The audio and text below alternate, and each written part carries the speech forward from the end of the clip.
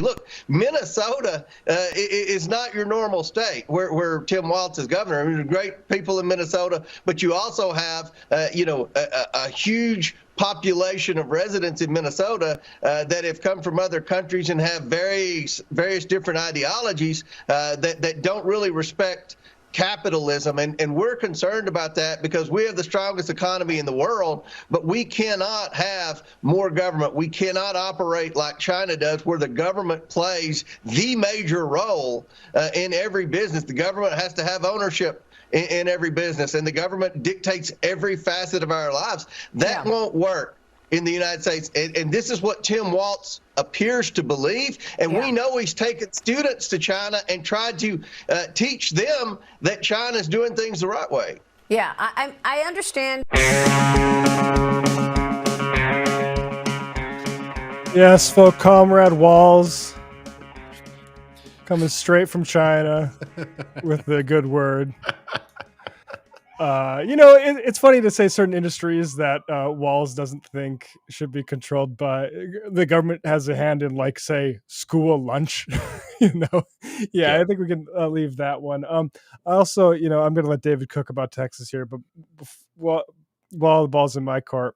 By the way, hello, David. Left Reckoning 183. How are you doing? I'm doing good, but I get hot under the collar when someone says this about Minnesota, because it's really reminds me of being on Facebook in like 2007 and seeing people posting extremely racist things under their own goddamn name under like local news posts. Pretty weird era, frankly. Like, I kind of miss that. Like, now it's all Twitter, like anonymous Nazis. People used to have their whole families able to see what they were doing. But it turns out that Minnesota is not actually especially foreign-born heavy, according to Kentucky's James Comer. Here's from Statista. I don't know if this is communist influenced or not, but percentage of foreign-born population in the United States. So, I mean, you look at these numbers, these are all at the top. I'd say, like, states I would live in, California, New Jersey, New York, Florida, Nevada, Massachusetts, Texas, your home state, David, Hawaii, Maryland. Okay, we're past like 10. Okay, shoot. And there is the median or the mean line there for the United States of America. Yeah. For the US. So we still haven't seen Minnesota yet. We're going to go down a little bit further past Delaware, past Colorado and Oregon, past New Mexico. Okay, there's Minnesota at 8.7. So yeah, not especially, but you do get a lot of, like, I've seen, like, right-wing Minnesotans calling it Somalia because there's some Somali immigrants there. And also, he mentions the China thing there.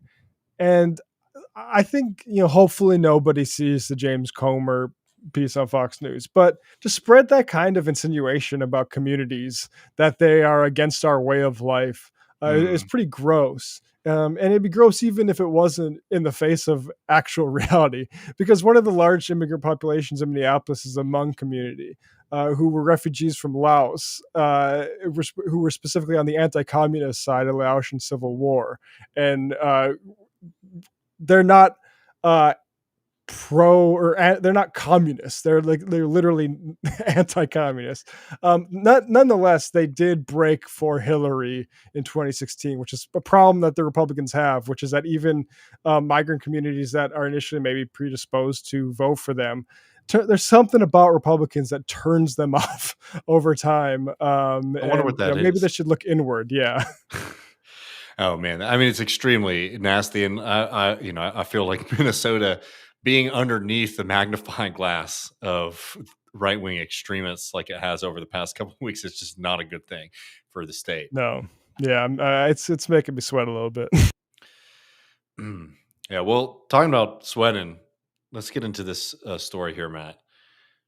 All right, y'all, I want y'all to put yourself in someone else's shoes for a second, all right? It's 5:30 in the morning in Texas. An 87-year-old named Lydia Martinez, a retired educator, hears a loud banging on her door. Alarmed, she hastily puts on a nightgown and walks to the front of her house, hoping it's just a neighbor asking for milk or some eggs. She's wrong. Greeting her are nine armed police officers who push through into her house as soon as she opens the door. These cops then begin ransacking her home for the rest of the morning, refusing to even let Miss Martinez dress herself. At one point, they remove her from her home, right? We hear about all this kind of stuff in Texas about being able to stand up for your personal rights and your private property and all this kind of stuff. They remove her from her home and they make her stand in her yard in her nightgown, humiliating her in front of her neighbors, who of course are looking out their window, wondering, obviously, and speculating, what could the sweet 87-year-old neighbor of ours be engaged in that could justify such treatment? All said, the police were at her house throughout the morning for hours.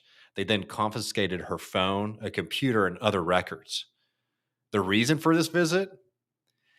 Under the orders of our illustrious Attorney General Ken Paxton, these police officers were there to search her home in an investigation of alleged voter fraud. Yes, this older woman is suspected by Ken Paxton of helping older people register to vote. Ken Paxton, let's remember, by the way, that this is a guy who debased the state by turning the Attorney General's office, right, our legal system, into a personal favor shop for his political donors. No, this woman is being investigated, harassed, thrown into the street because she was helping elderly people register to vote in an election in the United States of America, right?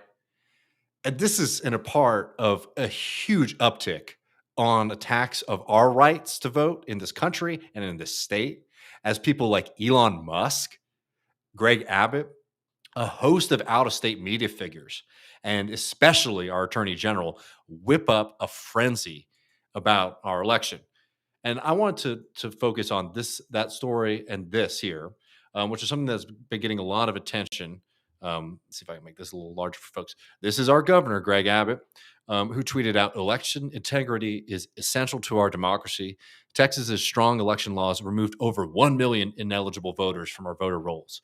We continue to safeguard Texans' right to vote while also protecting our elections from illegal voting." I'll make this a little bit larger for folks. There's 1 million names here. And I think this is a really important example of how to react to right-wing theater and understand exactly what it is that they're doing. Because you hear that and you're like, oh, Lord, that's very worrying. He's taking 1 million voters off of the rolls. What Greg Abbott is doing here is something that is actually required by the federal government, which is regular investigation and purging of voter rolls of dead people and people who leave the state. Now, we can get into some of those numbers on the margin, right? I don't trust these folks at all.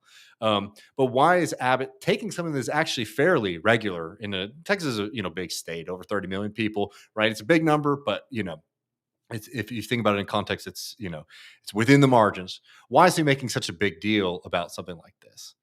Well, because this thing, which is, again, already a federal requirement, making this kind of number sound very scary, getting people worked up, which, again, if you look at those numbers that he tweeted out, the vast majority of those are people who are no longer with us, who have died, or people who have left the state of Texas. He has to do this kind of thing because people like him, people like Elon Musk, people like the vast majority of the Republicans in the Texas Republican Party have now embraced this false theory that there is massive amounts of voter fraud happening in the state of Texas, and there's this uptick and upsurge swelling of non-citizens trying to register to vote, which they have no proof of happening. So tweeting out something like, hey, we got 1 million people off of the voter rolls might seem to some of their base like, oh, wow, they're actually doing something about this and they're addressing it. And wow, it's so much bigger of a problem than I thought. When again, this is sort of what states do, making sure that people who live in that state or who are registered to vote in that state are still alive or still live in the state. Going back to this Martinez case, because I think it ties into a lot of how we're actually seeing this false story about mass voter fraud, mass non-citizens trying to vote in this state. This Martinez case, this woman who's pulled out of her house, harassed in this way, is very, very telling about how these kind of things interact, right? Because Greg Abbott, Paxton, and all these folks, they have to, one, make it seem like they're doing something about this problem that they say is happening, right? And they also have to try and justify the draconian actions that they're engaged in. Because Ms. Martinez, who is being harassed like this for trying to help older people to vote in the state of Texas, is not an isolated case. In fact, she was part of a massive sweep that happened of a whole host of people who are working on the Cecilia Castellano election, right? Who is a Democrat who is running in a district here in Texas, in Uvalde, where the Republicans desperately want to pick the seat up and think that they can. Well, it's a great news story for them if they can arrest and harass a political opponent of the Republican Party of Texas and her staff, and also intimidate and discourage people from participating in politics, even voting, right? Because if you're seeing what's happening to a sweet old woman who is helping out her neighbors register to vote in this state, what else do you think that they're capable of? What else do you think that they're capable of when these aren't just political opponents of yours? These are people who the police are operating and harassing old women in the street who cross them. So the kind of theater you're getting from Abbott over this 1 million people on the rolls is also a justification of this very, very, very, very clear example of intimidation of political opponents of the Republican Party of Texas, right? And also, let's not forget, why are they so worried about this kind of seat? Because they need to have certain levels of majority so that they can sell our private education system out to out-of-state billionaires and privatize our school system in Texas. So what we're seeing here is blatant intimidation of a campaign, blatant intimidation of the Hispanic community in South Texas. This is exactly what they used to do all across the South, as Matt knows and as I know, is not just denying people the right to vote, right? Which we're already seeing it getting harder and harder. It's so easy to get caught up if you misspell something on a form. If you move too much, you might accidentally end up on one of these lists and not respond in time to a notice from the Secretary of State, right? All those kind of webs that we talk about, but also this kind of stuff. Where not just, bureaucratical, who knows what happened here, straight up intimidation. There's just no doubt about it in a state like Texas, when under the orders of one of the leaders of the Republican Party of Texas, political opponents are having their personal property ransacked, volunteers are being harassed like this. Now, going back to that Abbott tweet, there's something that's really important here because you see there is a number, and I hope this is legible for folks. But there is a number here that people should notice, and it's the first one. Now, not everybody's as numerate, but let's remember 1 million is a lot bigger number, Matt, than 6,500, right? So out of all of these folks who are being pulled off, the ones that they're trying to highlight are 6,000 people who are, quote, non-citizens. And look, we don't know the extent of what's going on here, so we'll have to see. Around 17 million registered voters in Texas. 6,000 is a very, very small number. But even with that 6,000, people should remember some very recent history in the state of Texas. This is not going back to the 70s, the 80s, the 50s, the 40s. 2019, in Texas, our Secretary of State had to step down in shame after falsely purging 100,000 voters from the rolls. A significant portion of those people, by the way, are naturalized American citizens, right? And if you're a naturalized American citizen, which as Matt opened up the show by talking about how states like Texas have a significant, almost 25% part of our population that is foreign born, right? People like some of my neighbors, people like Elon Musk, who moved to this country, right? You can just make a mistake on form, all these kind of things that you can sort of get wrapped up in. And you need to actually be very disciplined as a government to make sure that you are not denying people their sacred right as a citizen of this country to vote, right? And it's pretty fucking rich to have Greg Abbott putting out that statement talking about how he's here to defend our rights as Texans, our sacred rights to vote, when it is actually their overzealous attack on our rights to vote that is pulling the rights away from legitimate voters in the state, right? Which is way more of a problem, provable, statistically provable, is way more of a problem than any kind of non-citizen accidentally squeaking by and voting, for county commissioner. And if you're one of these, if you're somebody who just doesn't give a shit about people who are naturalized in this country, look, this shit is also coming for you too, because this overzealous attack on our rights to vote not only makes it more difficult for people to vote in this state, but it's also threatening another fundamental right that we have as American citizens, which is the secret ballot, something that people had to fight for, because back in the day, if you voted for the wrong guy, you might get the shit beat out of you, right? Or you might not be able to get employed, or you might not be able to get the medical treatment that you need, right? And what they are doing now with releasing so much information about the voting rolls, it has got to the point where we now have top elected officials in the state of Texas acknowledging that there are concerns about the ability of people to be able to keep their ballot secret. Christina Adkins, the election division director from the Texas Secretary of State's office, confirmed reporting this week from VoteBeat and the Texas Tribune that found the choices voters make in the private voting booth can later be identified in some cases using public, legally available records. Lawmakers and county officials have made such records easier to access in recent years. Quote, what we have discovered, and I think what a lot of election officials as a community have been worried about, is that if we've increased this level of transparency, it has made this information easier to discover. It's not just any one feature on a ballot. It's usually a combination of records, maybe certain information about polling locations where people vote, combined with precinct number and on that ballot. And as we've seen, more and more activists challenging people's right to vote, challenging ballots, we are now in a situation where in Texas, the right to have a secret ballot, to be able to go in there and to vote and make your own selection without fear of being having reprisal in the future from your political social opponents, that's under threat. And why are they doing this?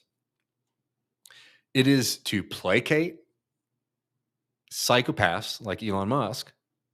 It is to seem like you're doing something about a problem that you're just sort of maybe using for political convenience.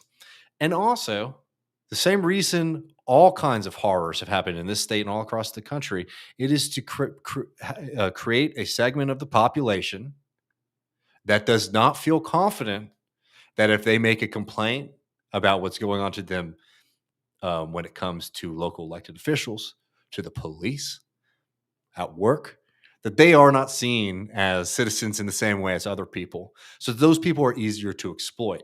It is to create a dynamic where certain people are able to be harmed and feel that they do not have the same recourse as everyone else. And when you see these kind of activities from state officials, high up officials in the government, what other conclusion can you draw than that?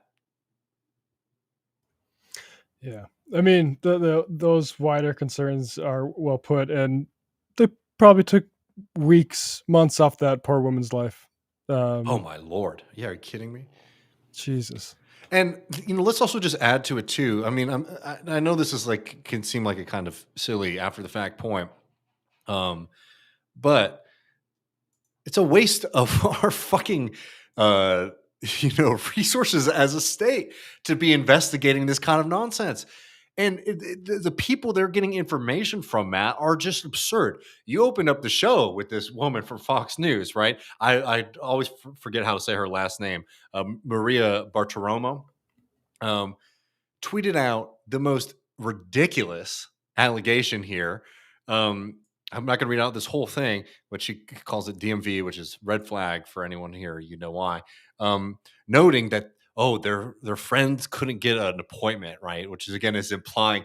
I wonder if that has anything to do with how the state funds our services here, rather than Yeah, there being exactly. like a massive amount of like fake licenses going out, which is what the I mean, sorry, implication it's crazy. Like JD Vance is saying the key to lowering rent prices to throw out immigrants, and it's like it's insane to link those. I mean, it's insane. That's insanity to say is. that.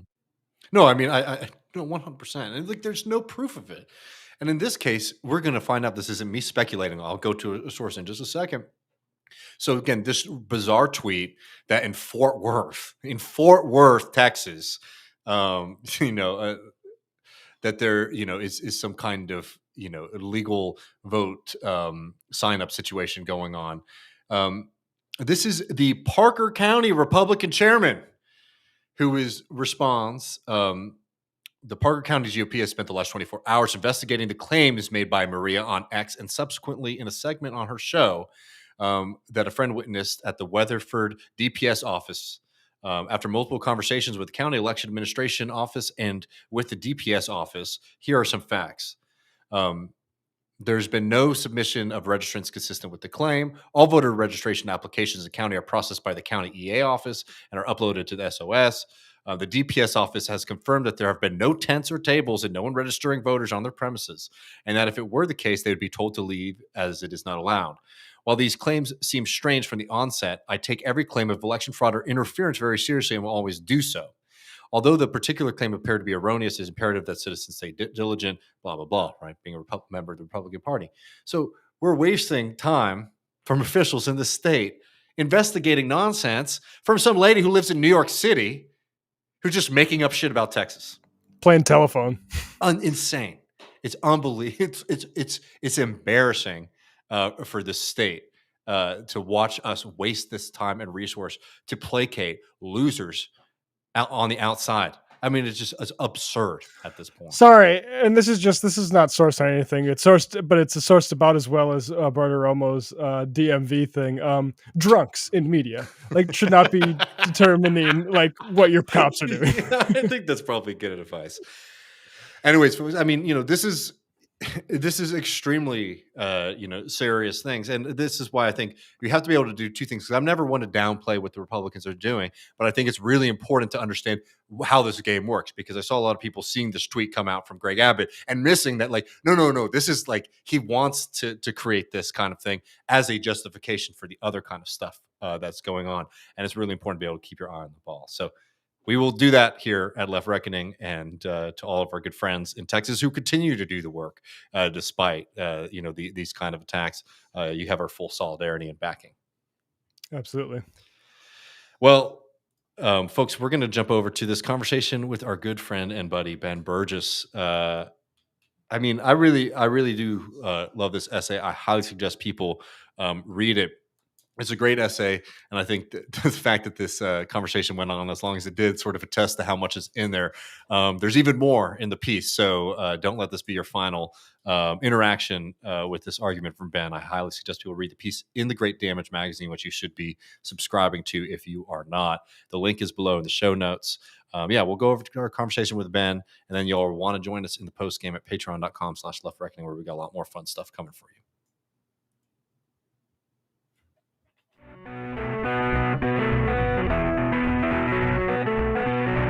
Welcome back, everybody. David here, joined by Matt, and we're thrilled to be joined by our good friend, Ben Burgis. You know him as a columnist at Jacobin, as the host of Give Them an Argument, and also as a man who very recently was vindicated stylistically as Sean Fain rocked the official Ben Burgis uniform of a blazer with the t-shirt underneath it at the DNC last week. How are you doing, Ben? I'm good. I enjoyed that speech for many reasons, but that was definitely one of them. You should do, workwear Twitter guy. You should do a big long thread about how Sean Fain correctly wore the blazer over the t-shirt. I think it would be very powerful. But we're going to talk about a different kind of power today, the power of doppelgangers and mirrors, Ben. Ben, you wrote this excellent piece in Damage magazine called Left Identarianism is Also a Mirror World. And I'll just put this up on screen, and there's a link in the show notes for folks to be able to read this at the always excellent Damage magazine. It's a really great piece and a review of Naomi Klein's new book, Doppelganger. Ben, I mean, there's a lot we can get into here. Maybe could you talk a little bit about this book that you were reviewing and the two partial main characters, Naomi Klein and Naomi Wolf? Sure. So the book is Doppelganger by Naomi Klein. It came out last summer. I was at the Socialism Conference in Chicago to do an event with Bhaskar Sankara and Mike Beggs about the book that we're working on, and I went to go see Naomi Klein talk about it. And at the, she really uses this as a jumping off point to talk about a lot of other things. But the sort of opening setup of the book is about something that I can only imagine must be very frustrating for her, which is that people are constantly confusing her over the years for Naomi Wolf. Like she has this really funny story near the beginning of the book about being, in some bathroom near Zuccotti Park in 2011 during Occupy, and she's in the stall and she hears these two women at the sink who are talking about like some awful stupid thing that Naomi Klein just said about the protest, and she's sitting there sort of feeling like, she's like regressed to high school, right? The mean girls are talking about her, at the mirror, and then she realizes that they actually mean Naomi Wolf. Which I think we're all relatively lucky in that respect because Ben, Matt, and David are all extremely common names. So, well, I will say I do have a little bit of a doppelganger story, at least someone who has my exact name. And the same middle initial as well, who is a physicist who was a major 9/11 truther for years and years and years. And when I was first starting out, writing, it was actually very difficult for me. I was always worried that when I was pitching to places, they were typing my name into Google, and the first thing that was showing up was all this stuff about how how it was an inside job or whatever. So I'm very sympathetic actually to Klein's. Okay. Because I was thinking like nobody's gonna mistake you with somebody just because their first name is David, because there are too many Davids who whereas Naomi is just uncommon enough as a first name that if you were like an English speaking political writer named Naomi, you're probably going to be mixed up with basically the one other major English-speaking political commentator named Naomi, and so this has happened a lot over the years, and it's sort of it's one of those weird like brain wire things that's very easy to do. I actually caught it before I filed it, but I realized in the rough draft of the piece I actually did it myself once. Right, I had a sentence that where I said Naomi Wolf when I meant Naomi Klein, or vice versa. I don't remember. But, what makes it interesting, and beyond sort of on a literary level, there are all of these weird analogies between, the two of them, that they're, Jewish women, similar age, brown hair, et cetera, et cetera. There's even a point where there's a scene in the book where Naomi Klein is reading like some newspaper article about Naomi Wolf, and Naomi Klein is sitting there with her husband, who's a film producer named Avi. And in the article, it mentions in passing Naomi Wolf's boyfriend, who's a film producer named Avi. And so it's all sort of, like there are a lot of like sort of weird parallels there.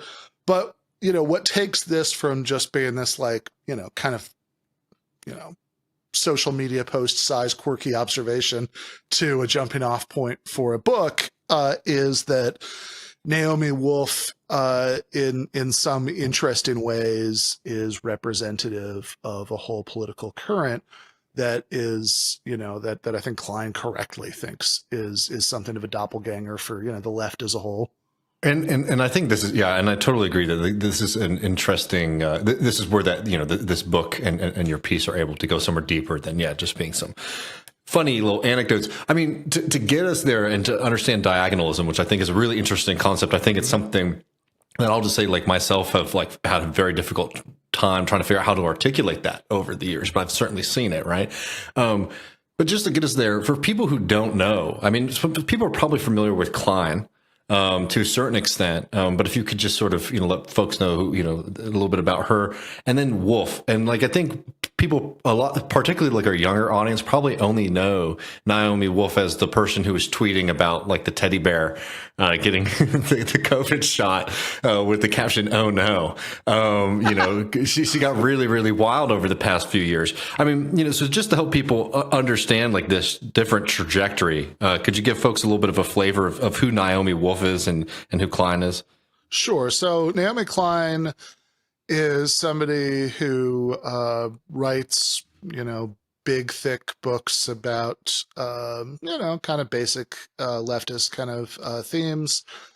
And in some ways, this is something we were talking about in the conversation on BungaCast, that in some ways she kind of feels like sort of median left thought, right, over the course of her career, right? That's not a diss on Naomi Klein. That's just like, I think that where she is sort of representative of like, yeah. No, and I think that's a good point. And I'd also add that, she also is somebody who's writing those big, thick books that sold well at a time when there wasn't really a lot of left wingers, at least on the kind of in the national conversation. Pre-internet, like sort of blogger sphere era. I feel like when I was in college, late high school, it was, you go to the Nation, you maybe, see what Ezra Klein's written over at the Washington Post. The environment wasn't as wide as it is today. Oh my God, yeah, I can very vividly remember the blogosphere era, and like the kind of thing that if you were just kind of interested in these topics, the sort of people that you'd check in on, because that was what was out there. And it's Matt Iglesias. Really, yeah, right, exactly, right. Now I can't check in on Matt Iglesias because he blocked me on Twitter years ago. So, oh boy. Yeah, there you go. But I think that's very fair though to say that like Klein in a lot of ways though does sort of is a good kind of stand-in for like just center of like left-wing thought in this country in many different iterations too, because exactly, I think that she's sort of followed through like the Bush era to the Obama era to the most recent era, like has gone through that trajectory. I don't know, pretty seamlessly. And I'm not trying to be unfair to her. I think that she's just such an influential figure that of course, that would be the case. Yeah, exactly. Right. I mean, it's, I'm sure she's, obviously influenced by other people with similar views, in their evolution, but like, I'm sure she's also been a force in shaping that evolution. Cause again, she does write, like, I mean, it's like once every several years she'll pop up with a new book and it's always a bestseller and, whatever. Right. I mean, that's how that works. And yeah, I mean, from kind of the, the 90s, like No Logo, the anti-globalization period, through, Occupy, through Bernie, and the increasing focus on climate, and climate change. It's like, yeah, I think like if you wanted a good idea of where the sort of center of American left wing, like to the left of normal liberalism thought was at any given time, and also, I don't want this to get lost. Like you wanted an iteration of that from somebody who's like a good writer and a scrupulous researcher, then she'd be the person to read. I've certainly got my criticisms, I'm sure we'll get into, which in some ways have to do with the ways in which she continues to kind of be at the center of left-wing thought. And, I think that the center of left-wing thought could use improvement, on some topics. But I think that, I think there's a lot that you can say in her favor as a writer and as a researcher and as somebody who is, genuinely, even if I don't always love her interpretation of it, is genuinely motivated by a sort of admirable kind of humane and egalitarian kind of value system. Mm. Naomi Wolf is, you know, none of those things I just said are true about. But I guess I was at least vaguely aware of. Yeah, this is amazing. If you're watching this on video, that he's been like under the bed for the last like 6 hours, and this is the time that he has to come see me while I'm doing this. No, of course. But yeah, Naomi Wolf, I think none of those things are true of. And I don't know about you guys. I was at least vaguely aware of Naomi Wolf at a pretty early level, like stage in her political evolution. I mean, we'll have to do something on it one day, but there's that long video of her with Christopher Hitchens on the round table. And that was probably the first time I came across her. Yeah. So she had, she first came up as this, as kind of the voice of a certain kind of extremely mainstream feminism at, and I don't know, what would this been, like the early 90s, I guess, right? So she had a book about beauty standards that was, when she, that was like really where she first broke through.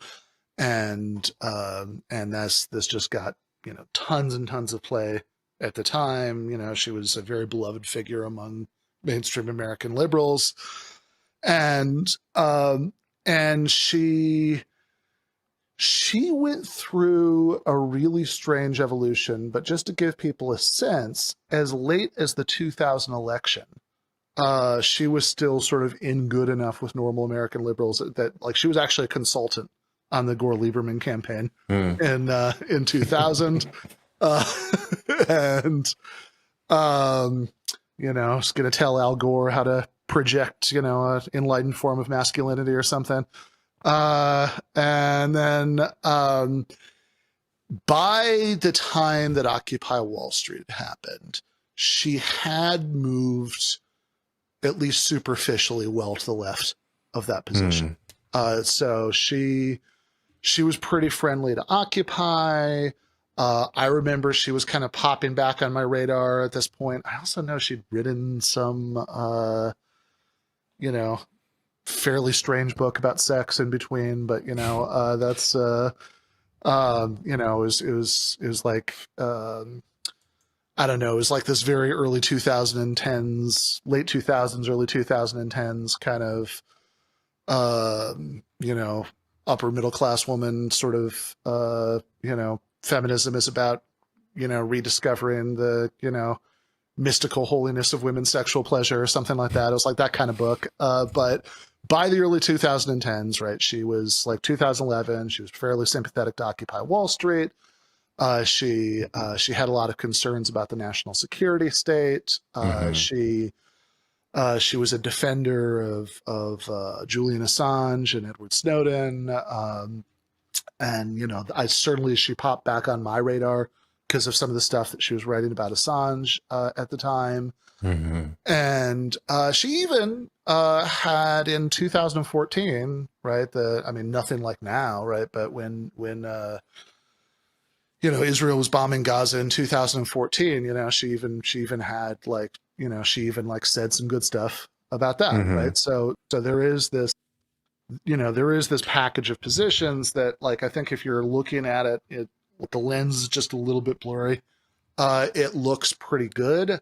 I think if you zoom in a little bit, you can see some of the limitations that maybe explain, some of where she went, further that. But like the end of this story is that she ended up swinging like way to the right, and became you can see her hanging out with Alex Jones and stuff now, just to give people like a sense, right? So somebody who's been probably to cocktail parties with like the entire spectrum yes, exactly. with at least American interviewers, right?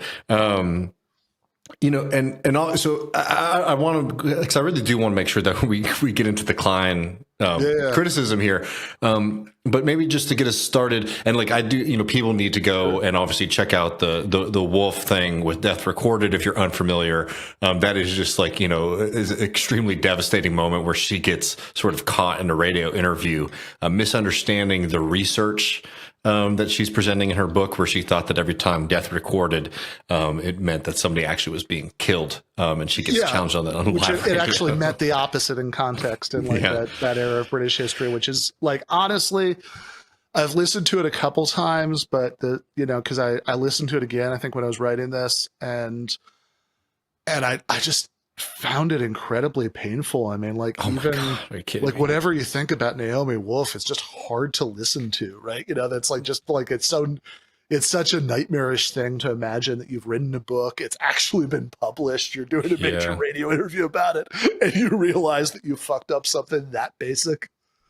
No, it's probably one of the more humanizing things that she's been through recently, because as somebody who writes, I'm sure Ben, that's like the most devastating and just central fear that you have anytime something gets published. But let's get into this. This is, I think, I will just really quickly say, I think this is an important part of the story, because I think that, this incident, even though it's sort of politically offside of everything we're talking about, right? Because I think the stuff she's writing about in that book is probably not really, doesn't tell us much by itself about this progression. But I think it's just important because this is a moment where she burns up so much for mainstream credibility, whatever she has left at that point. And then that combines with the fact that, I would say, like, a bigger thing about Naomi Wolf is that she's somebody who never had any kind of analysis of like economic power, and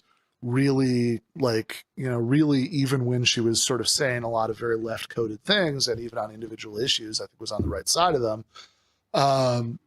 It was really like, there really wasn't a lot beyond like, governments can be authoritarian and scary. Right. I mean, that was kind of the core of it, and I think she's always been somewhat prone to conspiracy theories.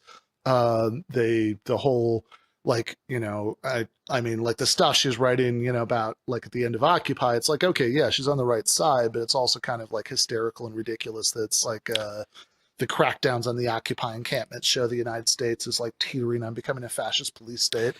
And like, that pattern of thought is going to be very relevant, because then when COVID comes, her conspiratorialism, like, takes that direction, and she becomes like the ultimate, like, not just like a COVID conspiracist in the sense of, okay, you think maybe COVID, came, leaked from a lab, which might even be true, or you think it was like intentionally leaked from a lab as like an anti-Western bioweapon, right? Which would be getting obviously into, extremely crazy and obviously not true.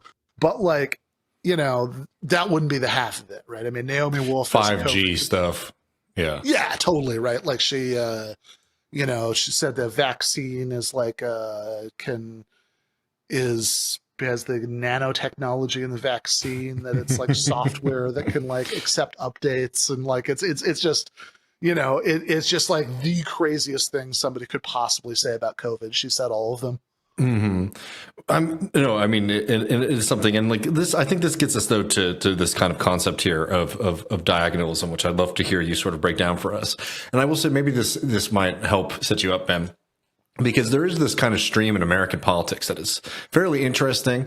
And, I've probably told you this before, either on the show sometime or privately, that I remember Richard Linklater, people know him, very famous director, from the Austin area, he's professionally.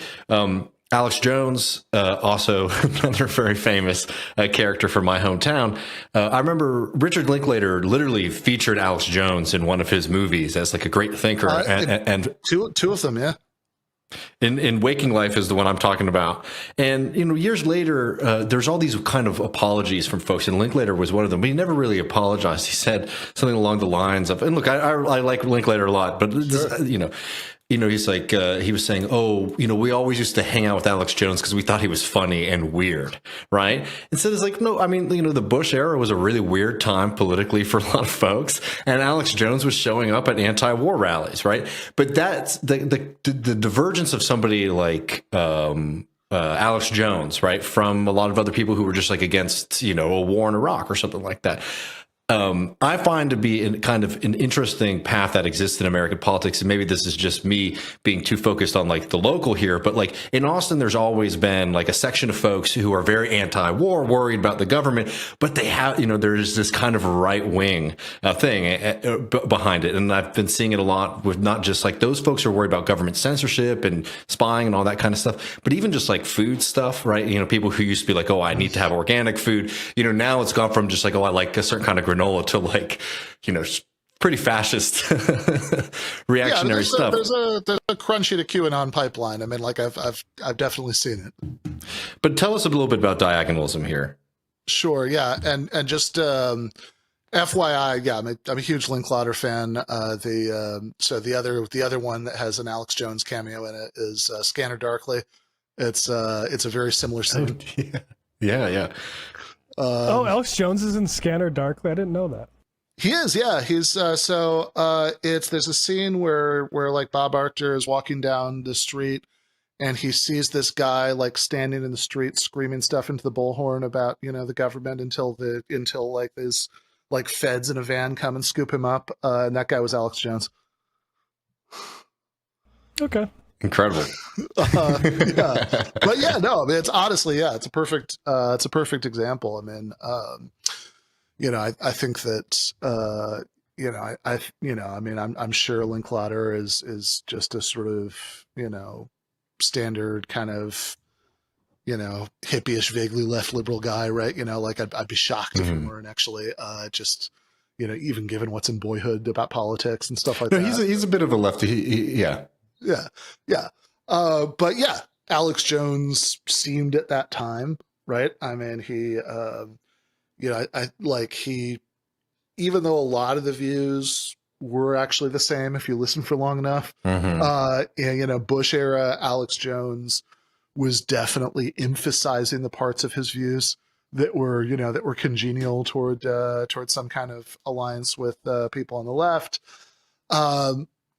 And also I should say, like, there's just a crazy amount of opportunism in Jones's embrace of Trump, right? I mean, there's given that like this is a guy who'd spent many years just giving the most hysterical possible warnings about the dangers of surveillance, and then like he's interviewing Trump in 2016, and Trump is like, "Oh yeah, we need to do more surveillance in mosques," and Jones like doesn't blink.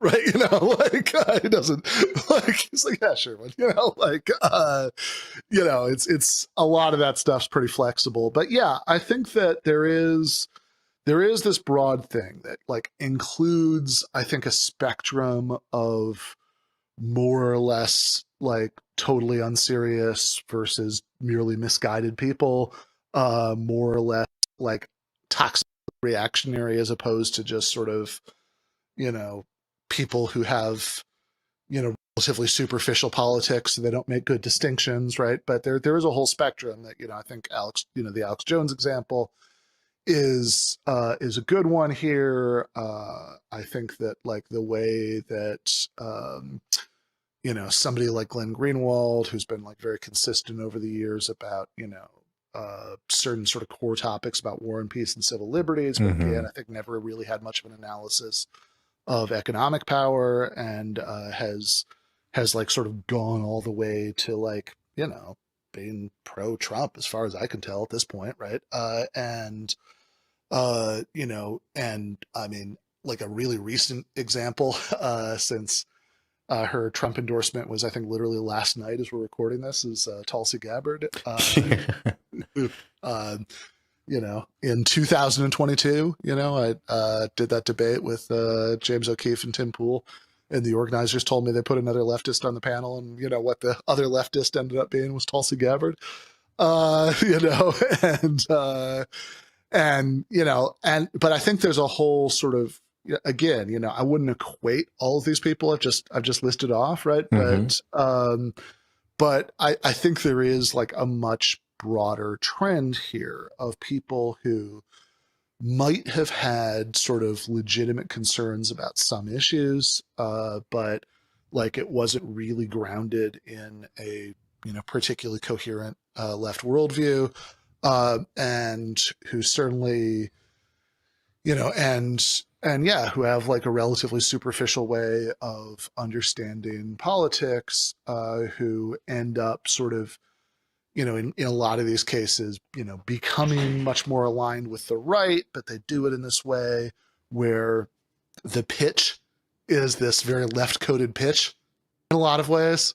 And Naomi Wolf, of course, is a great representative of that, because over the years that Klein is writing about him, and she's like become a like fixture on Steve Bannon's podcast, The War Room. I never thought I, as a liberal feminist, would be saying this, but and I mean, the most famous is like a Dave Rubin, right? He's like, "Oh, I'm a liberal," right?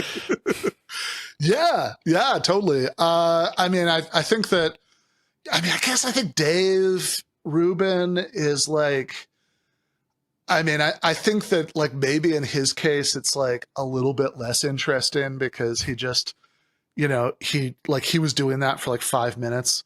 And then he was like, "Oh, actually, I'm a libertarian." And then he's like, "Oh, actually, I'm just a conservative," right? Also, like the precipitating event. Man, you just like muted yourself the moment you started talking. Oh, sorry. The precipitating event for that was Cenk Uyghur's debate with Sam Harris about Islamophobia. So Dave Rubin also realized, I think, at that moment he was a Zionist and couldn't work with somebody who was that critical of Sam Harris at that point. But yeah. But I'm sorry, Ben, but I didn't mean to pull you off of your explanation. Yeah, I think there is this thing that like some of these figures who might have been more leftish at one point and have drifted, are definitely representative of, and then some people who've always been right wingers like Steve Bannon, have also sort of seen the value in presenting themselves in this way, and then there's this kind of convergence, between the two, where like Tucker Carlson, I think, is a perfect example, is somebody who was always a right winger, but has evolved, at least on a rhetorical level. I would argue that his substantive positions haven't really changed very much in the last 20 years, but he's all evolved, at least on a rhetorical level, towards exactly this kind of space that a lot of these other people that we're talking about. Well, is this a conscious thing, or is this something that like you get sort of pressured into? Is it social? Yeah, I think there are elements of both. So I think that some of these people, I think that there is a pretty clear dynamic where people are, look, you end up being fairly or unfairly, or a little bit of each, as the case may be, right? You end up being canceled by the crowd that you used to hang out with. And then, you end up spending a lot of time talking to whoever will still have you. And then I think humans being what they are, even if there's no insincerity involved, little by little, you start being influenced by the views of the people who are giving you affirmation and, who you're spending all of your time around. So I think that's definitely one dynamic. I think in some of these, I think particularly with some of the people who've always been right wingers, I do think there's probably more of a cynical element to it. Although I also think that, I also think that people in general are really good at convincing themselves of whatever story about, themselves and their politics is most flattering to them. Right. So it's like, if you, I'm sure that like some of these people like really believe that they're like the scourge of the deep state and all that stuff. Right. Even if, none of it actually makes sense when you start thinking about the details, right? So people in this kind of space that we're talking about, this kind of diagonalism, right? That it's stuff that is often presented as like very non-ideological, or like, oh, this can't be mapped on to traditional ideological distinctions. It's, again, a lot of the alleged concerns and a lot of the rhetoric, is at least sort of vaguely left coded, right? Or intersects with the traditional concerns of the left. But then, the thing that makes this, the doppelganger, right, of the left and not like a new version of the real thing is that, like just what's in the tin just does not match the packaging. They're very anti-war if it's like the Democrats' war in Ukraine. But then, the other proxy war, the one going on in Gaza, that one they're totally fine with. That's good. In fact, they're all in favor of it, right? And none of them particularly seem to have strained themselves objecting when Donald Trump assassinated Soleimani or, ripped up the Iran deal. Certainly don't get these guys started on China. They're all like super duper anti-China hawks. Like Steve Bannon's always going on about like the CCP, right? The Chinese Communist Party, and certainly on economics. I mean, I know this is something I've talked about on Left Reckoning before, so I'm not going to repeat myself too much, but like, I think that I think that there's like, nothing more empty in politics than like right-wing gestures at economic populism, right? Like watching like JD Vance, who by the way is also another nice example of someone who's sort of roughly in this space, but like watching JD Vance try to explain why he doesn't support the PRO Act is just amazing, right? Like that's so I think that there are all these and like they're very concerned about big tech and censorship, but they don't actually want to like change like the ownership of big tech, right? Why would they want that?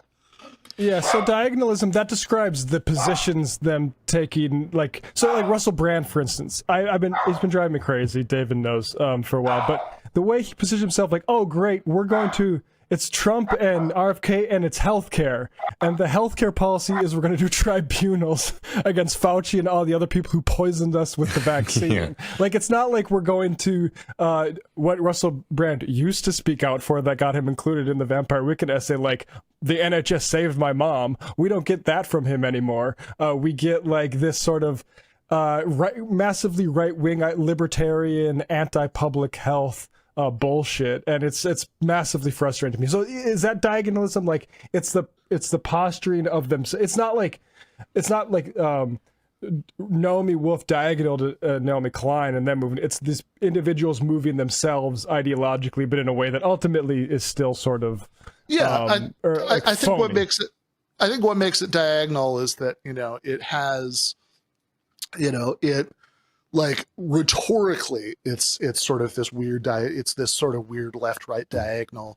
But I think the thing that makes the doppelganger analogy appropriate is that the actual substance of it, right? Just doesn't at all match, what it's pretending to be. I think Russell Brand is a great example, right? So it makes perfect sense to me that in 2013, Mark Fisher, would like, what Russell Brand was saying then. But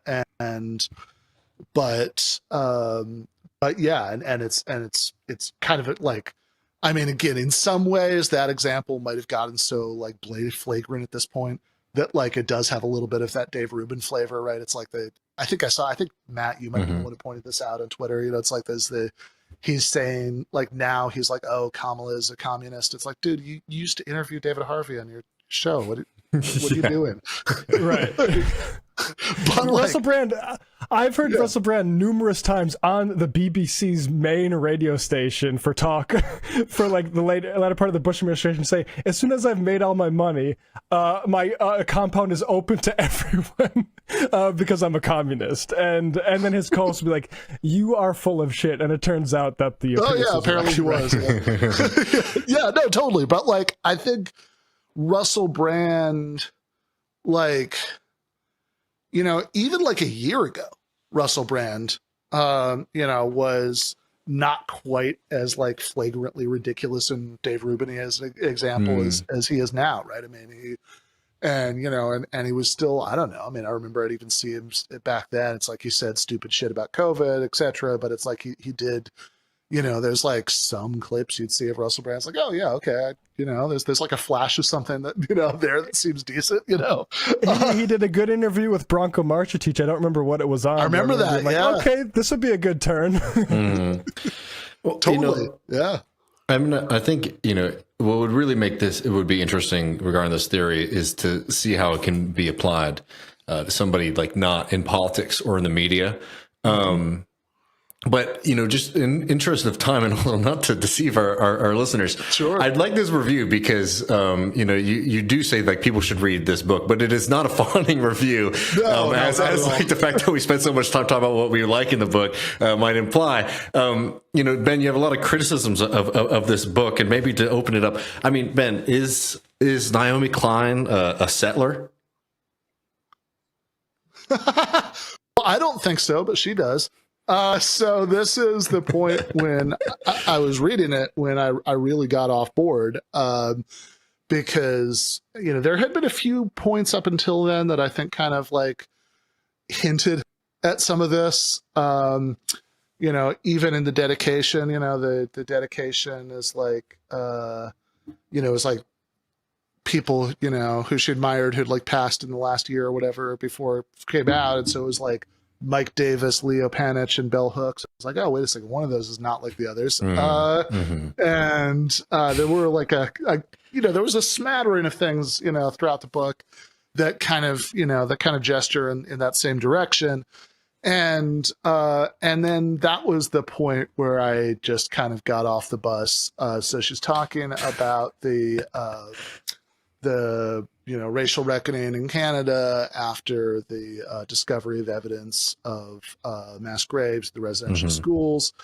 And she, you know, and look, it's, you know, major human rights violations committed against natives in Canada is absolutely correct, right? That's not wrong at all, right?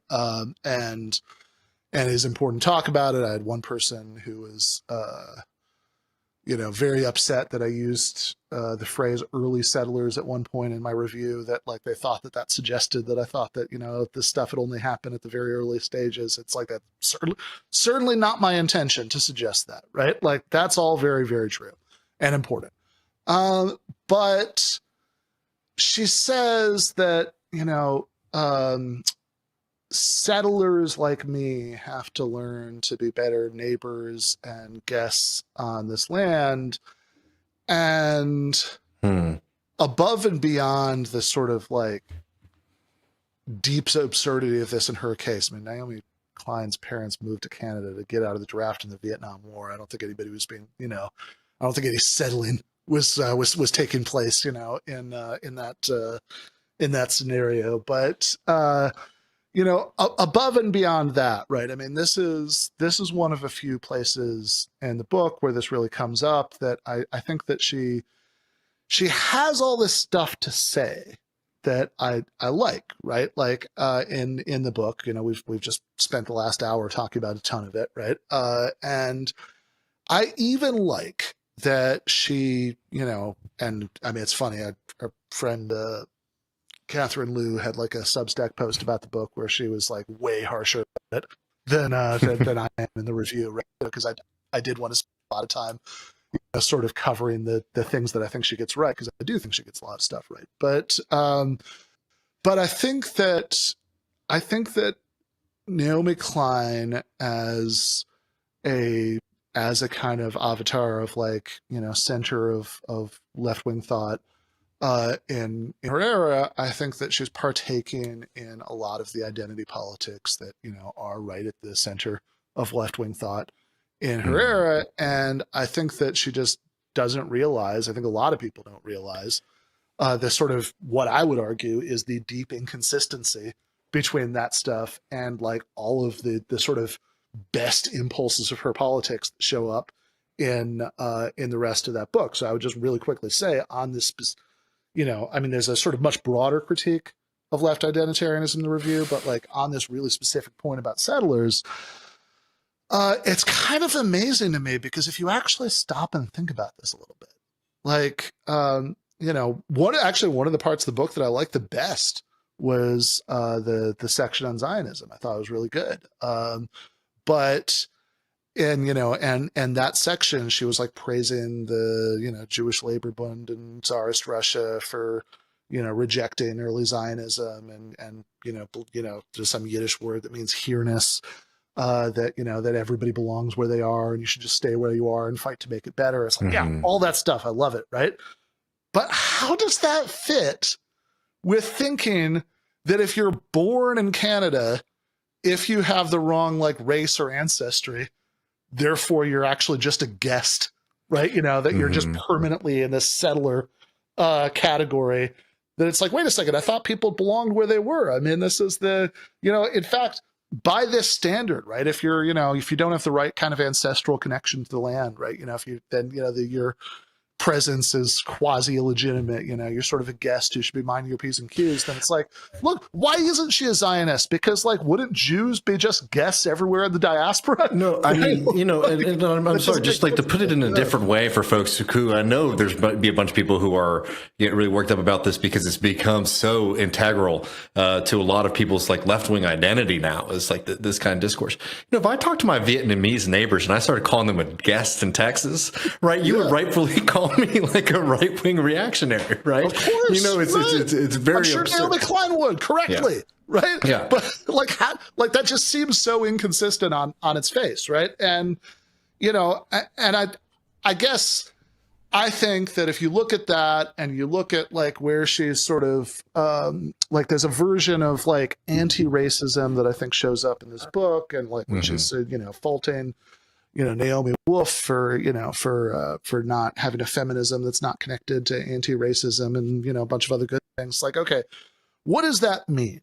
Right? Because if anti-racism just means that you think racism is bad, obviously everybody should be an anti-racist, right? You know, if you know, that like, if it means that you think that, you know, expressions of racial prejudice are unacceptable and you're committed to neither engaging in them nor tolerating, you know, people are engaging them around you, then any decent person should definitely be that. And, you know, if it means, you know, I think we should have like robust anti-discrimination laws, or, you know, try to keep anybody who, you know, you think is going to act on racial prejudice from taking political office, all good. But I think we also all know, certainly if you know, certainly all those of us who, you know, were paying attention during those TMBS episodes with Adolph Reed and Cedric Johnson know that this isn't really what anti-racism means in sort of progressive discourse in the United States in the 2020s, right? And there is this, you know, and, you know, what it means in this kind of identity politics more generally is, you know, sort of postulating politics as this conflict between entire identity categories. Particularly racial ones too, to be completely honest, right? Sure, yeah. And in a way that is growingly, I think people what people are seeing right now with Israel Palestine, I think, you know, might be like a very good example for folks to understand why that kind of politics is just really nasty. But also, you know, related to that, look at one of who knows who's behind it. But y'all, I'm sure, have seen these super reactionary attempts to try to split up the left regarding Palestine by using Black American identity as a kind of cudgel against Palestinian identity. The argument being, why should Black people care about Palestinians, right? And people, you know, really nasty. And who knows if it's just opportunistically being used by some nasty little political group out there trying to push this kind of thing, or if it is an outgrowth of an ideology that is, you know, ineffective at politics. Regardless, these kind of things are baked into that identitarian political perspective, and they have serious consequences rather than just kind of rhetorical ones for solidarity, for being able to build up movements. And for decades, this has been the kind of default position on the socialist left or the radical left, whatever you want to call it, despite this not really being an idea that belongs to the left, I would argue. Ethno-nationalism, stuff like that. Totally, right. And I would also specifically say, like, I mean, I think, okay, I'm not, you know, and when I say this, I really hope people understand I'm not like hating on anybody in particular for coming out of these spaces. In a lot of ways I do, right? I mean, it's like, look, I mean, I mean, Ben, you're a communist professor. Yeah, right. Right. So like, when I talk about like media and academia, I mean, I'm definitely talking about waters I've spent a lot of my life swimming in, right? So it's not bad to come out of those places, right? But it is just analytically important, I think, for understanding how this happens, that so many leftists come out of these places. Because right now, right in the 2020s, we don't have a kind of institutional left that is connected to a workers' movement in the way that has existed at previous points in history, right? That just doesn't exist right now. I mean, there's, labor notes, and that's great, right? But I mean, like the sort of idea that you'd have like, mass socialist or communist parties that are, like linked to like this vibrant, union movement and all that stuff, right? I mean, it's like we kind of never really had that in the US, but like, we sort of had it for a while at one point, and now there's just like nothing like that, like nothing equivalent to that exists right now. So what you have is, like an awful lot of people with leftist views. They really, like their politics were formed in media or academia or some of each. And those are places where the hegemonic kind of liberalism right now is this kind of identitarianism where, you say, like you'll do this thing where you like lift off all these identity categories, race and gender and whatever, and then like maybe class gets thrown in there, at the end, right? Like when Bell Hooks is listing off the, but even if it's class is treated, the term people use is classism, right? Exactly. Where it's like a kind of social prejudice against like poor people, and what that means is like if you eat the wrong kind of food or wear the wrong kind of clothes, instead of what we mean when we talk about class by like you work and create value that somebody else expropriates from you, right?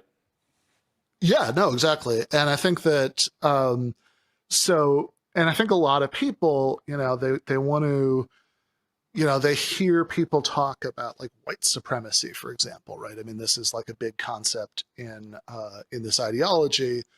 And they say, oh yeah, well, I agree with you about all that. It's just like, I think like also socialism. And I would argue that ultimately that it ends up being a really incoherent combination, because what do you actually mean, right, when you say this, right, about white supremacy or whatever? And oftentimes the story that you get is this kind of that everything that's happened from like 1619 to the present is like one thing, and that thing is explained by white supremacy. I mean, I think here about like Barbara Fields talking about people who talk as if the purpose of slavery were the production of racism rather than the production of sugar, tobacco, and cotton, right? So people talk about like Jim Crow, for example, as if this were a thing that, white people as a category were doing to black people as a category because it benefited white people as a category. And then contemporary issues about mass incarceration, policing, et cetera, in the black-white case, or, other issues, in other cases are just more of the same. And the thing I really wanted to kind of try to drive home here in the review, because it's like the reason for sort of using Naomi Klein specifically to talk about this stuff is that I do think that she's a smart person. She's right about a lot of things. But I think that makes it all the more striking that there's this unexamined contradiction here. Because like this story about, trans-historical white supremacy, being the cause of everything is actually like just profoundly different from the traditional left story about this stuff. So, if you think about like the sort of traditional left view about Jim Crow, for example, was actually that it did not benefit most white people, that in fact it hurt most white people because it was, had the effect of, divide and conquer, making it harder to organize, all of that stuff. Yeah. Ask the free labor people at the time what it did to the white labor. They would have been pretty clear about it. Yeah, totally. Right. I mean, this is, Martin Luther King, right? Is one of his classic speeches, he has this line about, the bourbon Democrats essentially telling poor white people they could eat Jim Crow, right? That's like, and this is a really important distinction because I think what a lot of this stuff gets down to is the goal of your politics that you want there to be a sort of better power sharing arrangement between these like giant like collectives of like demographic entities, white people, black people, natives, etc., right? Or do you want to eliminate, the economic hierarchy that we all live under? Because I actually think these are profoundly different goals, right? Is it that ultimately the telos of your politics is, getting the right proportion of everybody on the board of directors of Lockheed Martin, and conversely having, the right portions of people, going to Cleaning the toilets and cleaning the toilets and, all that stuff, right? Like that's a really important difference, right? I mean, this is the line I quote in the article because I always found it really striking is this Adolf Reed article from Nonsite where he talks about how he talks about being on this black nationalist radio show and he's arguing with the host about this and and Adolf makes the point that talking about the racial wealth gap is like your sort of primary prism for talking about black poverty isn't actually very informative because statistically most of that wealth gap is the top decile, right? Most people don't actually have very much money of, regardless of skin color, right? So it's like what you're mostly talking about, right, is the gap between, black poor people and white poor people, that there's so many more of the second, even proportionally. But that, just like rearranging that doesn't help most black people, just like it doesn't help most white people. And there's a great line in that essay where apparently the host says, okay, yeah, but sure, that's true. But the important point is that white people have so much more collective wealth than black people. And Adolf says, well, hold on. How does that, like, tell me about the white collective wealth. How does this work? Like if you're like a, waitress in Oklahoma and you're behind on your rent, can you hit up Elon Musk for a donation from the White Collective Wealth Fund, like it's, and so it's like, yeah, is your goal that you have the right proportions of people at every stage of the economic hierarchy? Is your goal to get rid of the economic hierarchy? Do you think that people, if you're of, settler ancestry, you're just like a settler eternally, right? And so the best you can hope for is to be this ally, be in this ally position where you're sort of, permanently checking your privilege and you're trying, and you're making sure that you're not, that like, you're always wary for the possibility that your privilege is going to lead you to have bad views, which is like ultimately, you kind of like after a while, this kind of like, this almost sounds like being like a virtuous vampire who's not going to suck blood from, human beings, right? That's like the, is that it, right? Or is it that actually working class people, obviously, bigotry shouldn't be tolerated and all of that, but is that working class people of different backgrounds are natural allies of each other because their interests are served by the same thing. I don't think that you can do both. A lot of people want to do both, but I don't think you could do it coherently. And I hear you there, and Matt, I would really like you to jump in a little bit too. But I just want to add that, like, there is just talking about mirror worlds and stuff like that. If you understand like American racism, in its existence, mainly used as a tool to smash like class unity, right? And now this kind of progressive left liberal version is a similar kind of racial unity, but it's a negative one, right? If you're a part of like the dominant class, white people, effectively, so it's like white people, feeling a unity with the ruling class, the same people who have been screwing over working people, white, black, et cetera, in this country. And it's used to sort of break down, a lot of attempts to build class unity. And I think that you do have to pick, fighting for class unity at a certain point. And it is something that is in contradiction with building that kind of movement, a socialist working class movement, if you're very focused on, racial politics in the way that, a lot of this version that you're critiquing here does. Yeah. I mean, I would also point out that it's like, yeah. So one, I mean, as the title suggests, I would argue that this kind of like left coded identitarianism ultimately ends up being its own kind of doppelganger, to the kind of like what the left has historically stood for and should stand for. But two, I'd also argue that, it makes it like, if you are trying to square that circle, you're trying to do both at once.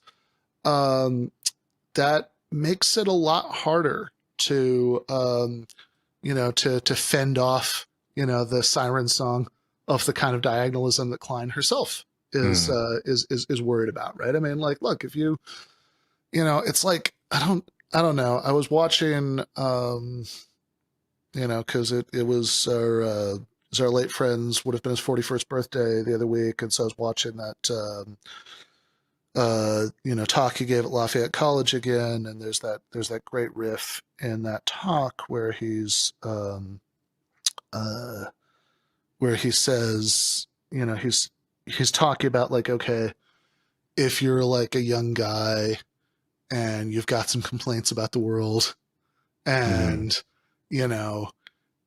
obviously I'm not going to try to say this in as funny a way as he did, cause that's well beyond my skill set. Right. But like, but it's like, okay, option A are the people telling you that like Seinfeld is problematic and like everything, everything you like sucks, and like option B is, Jordan Peterson and does this, the little Kermit the Frog Jordan Peterson impression, telling you that actually you're great.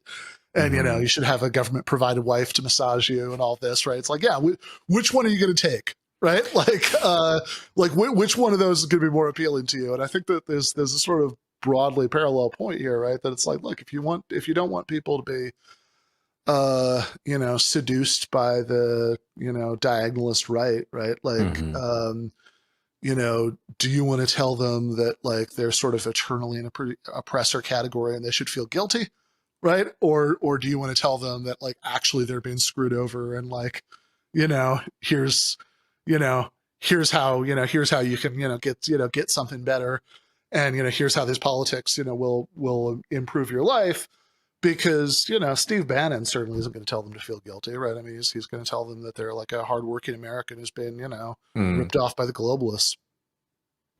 Yeah, I wanted to drill into the settlers thing a little bit more. People can see my background, Little Missouri River. My family homesteaded northwest, about 50 miles there. That origin story very central to like our family myths and stuff like that, from Ellis Island to the Sod House sort of thing.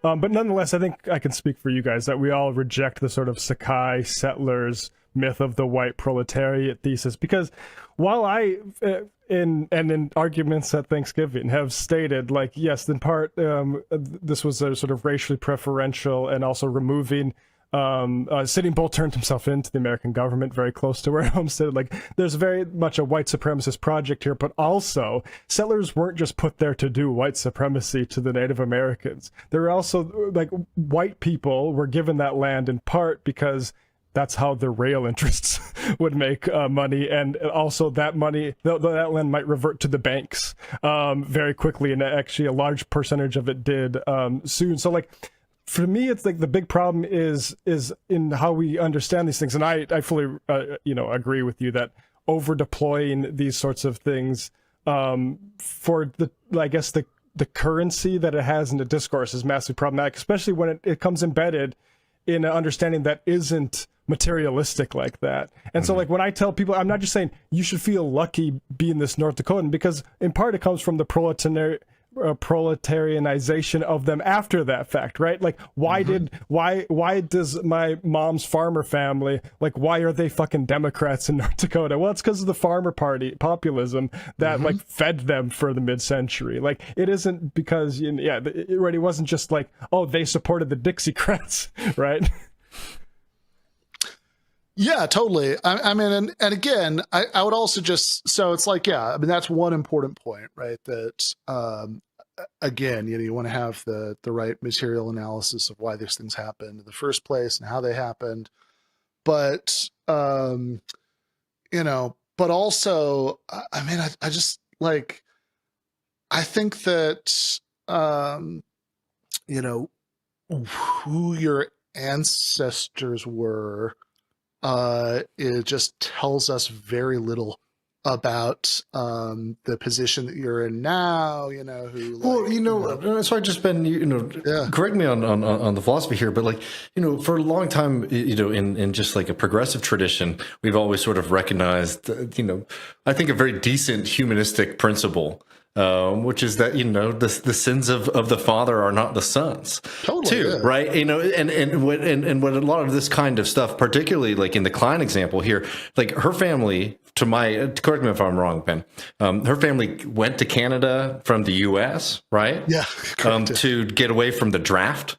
Yeah, exactly. So in whatever way that Klein, how does Klein even inherit, inherit these sins, right? It creates this kind of never-ending kind of political category that really does, I think create a false solidarity again between everyday people and like the elites of the past and potentially even the elites of the present.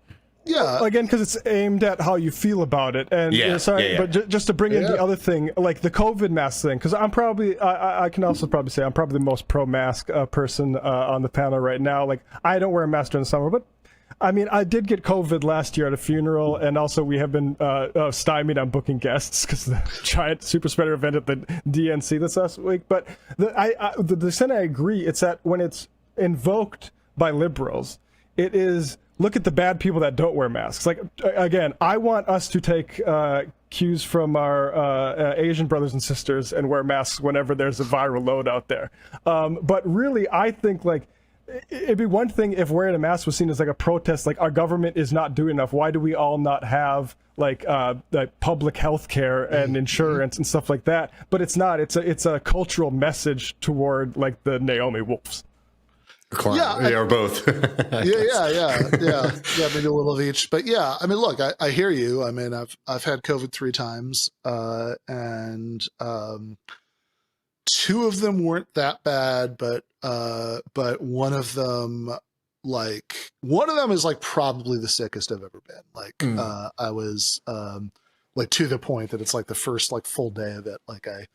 Like there's a point in the afternoon I like tried to get up and like at least get my Kindle so I could like read while I was lying down, and then I just realized that would be too much. That was like beyond me at that moment, right? So that was actually at that, right after that event with O'Keefe and Tim Pool and Tulsi. So I choose to believe that one of those people gave me COVID. But like a lot of guys would line up to get COVID from Tulsi Gabbard.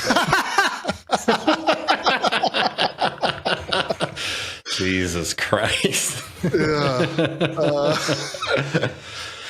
But like, I'm not, I don't like if somebody, I mean, just in terms of my own, risk management, I don't, regularly mask, but I mean, I certainly did before I got vaccinated,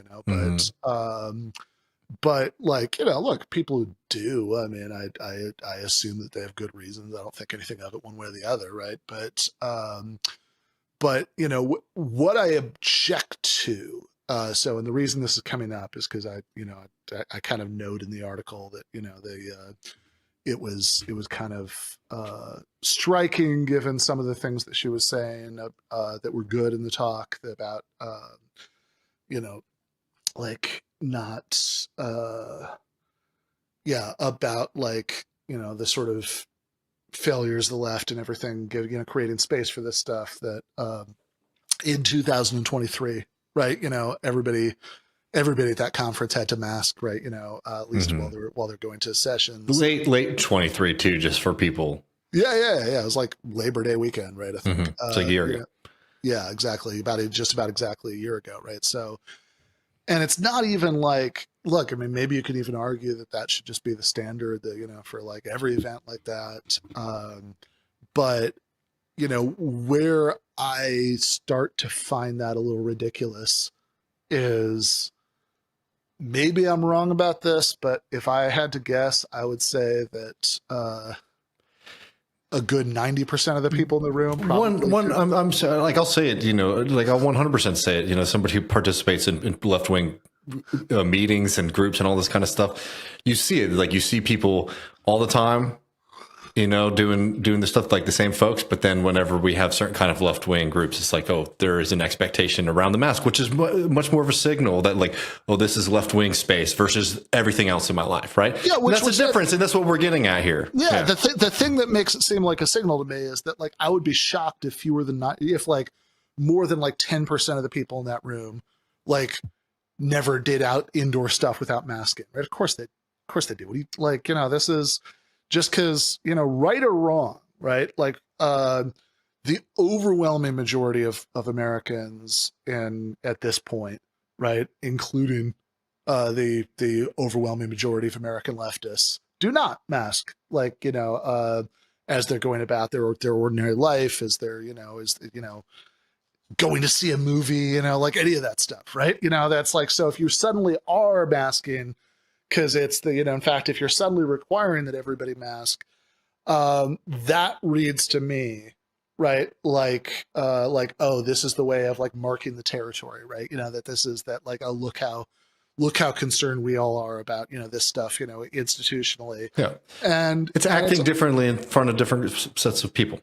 Yeah, exactly. And I think that and like the thing that makes that particularly egregious to me is look, the part of the signal you're sending is that, oh, you have to do this culturally non-standard thing that like almost everybody stopped doing years ago if you want to be in our space, right? Like, and I think that it's the same as the no clapping thing from a few years back, right? Which we could talk about whether or not that got blown up too much or whatnot. But it's the same kind of thing. It's like, this is a non-standard practice that is sort of being imposed on supposedly mass movement.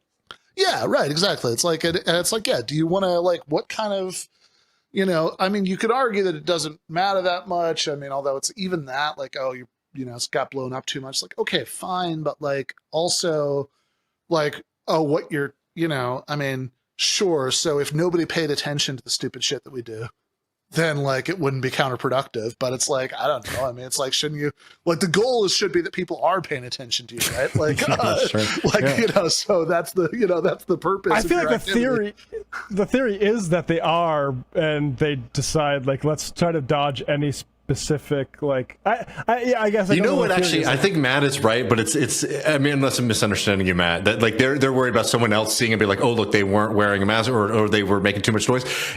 I totally get you, but it's also like the same kind of things when you'll get people saying that like, oh, DSA or Ben Burgis or Matt Leck or David Griscom hasn't embraced like the most kind of violent liberation politics when it comes to getting our goals, therefore we're turning the masses off, to socialism, right? You get a lot of that. It's that same kind of perspective that like, oh, what, the entirety of the United States of America and the globe probably is like ultra leftist, and they've been turned off by like these big institutions because they're not. Yeah.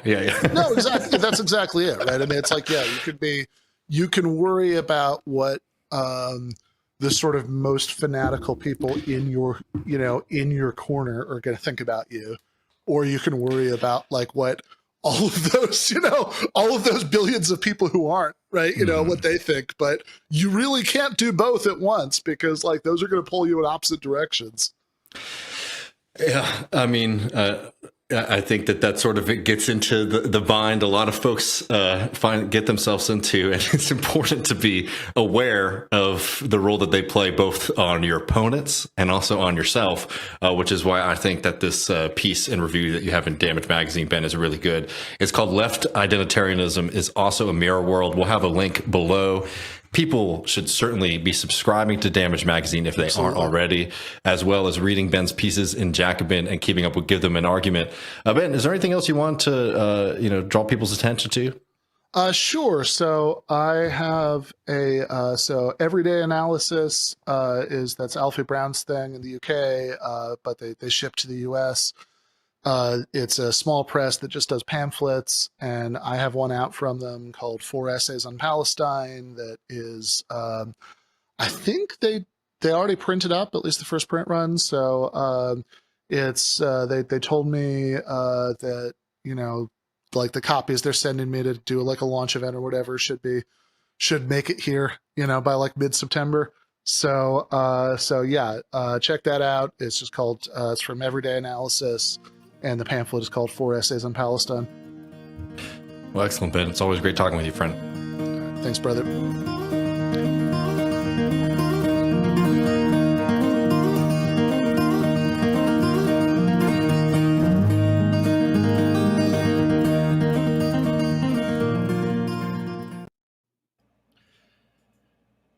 Welcome back, everybody. It's always great chatting with our buddy, Ben Burgis. Really, really good friend. And I really highly suggest people check out that piece in Damage Magazine, which is an excellent publication that I'm always really happy to have those authors on this program. Yeah, I was accidentally watching on YouTube instead of. Oh, shit, yeah, you're a little behind. Thing, so yeah, hey guys. No, you weren't too far behind. Well, folks, we're going to jump over the post game, patreon.com/leftreckoning to get access. We're talking collusion. We're talking new friendships. We're talking consent. And who should have a say over Mexico? You're not going to want to miss it. It's going to be a lot of fun. You get access to that at patreon.com/leftreckoning. And you also get to come in there and hang out in our Discord, where there are always really wonderful and interesting conversations going on, as well as our live Q&A section as well. So you get to ask us some questions in the post game. So sign up. Don't be foolish. Join us over there. Patreon.com/leftreckoning. Yes, please. Folks, see you in the post game.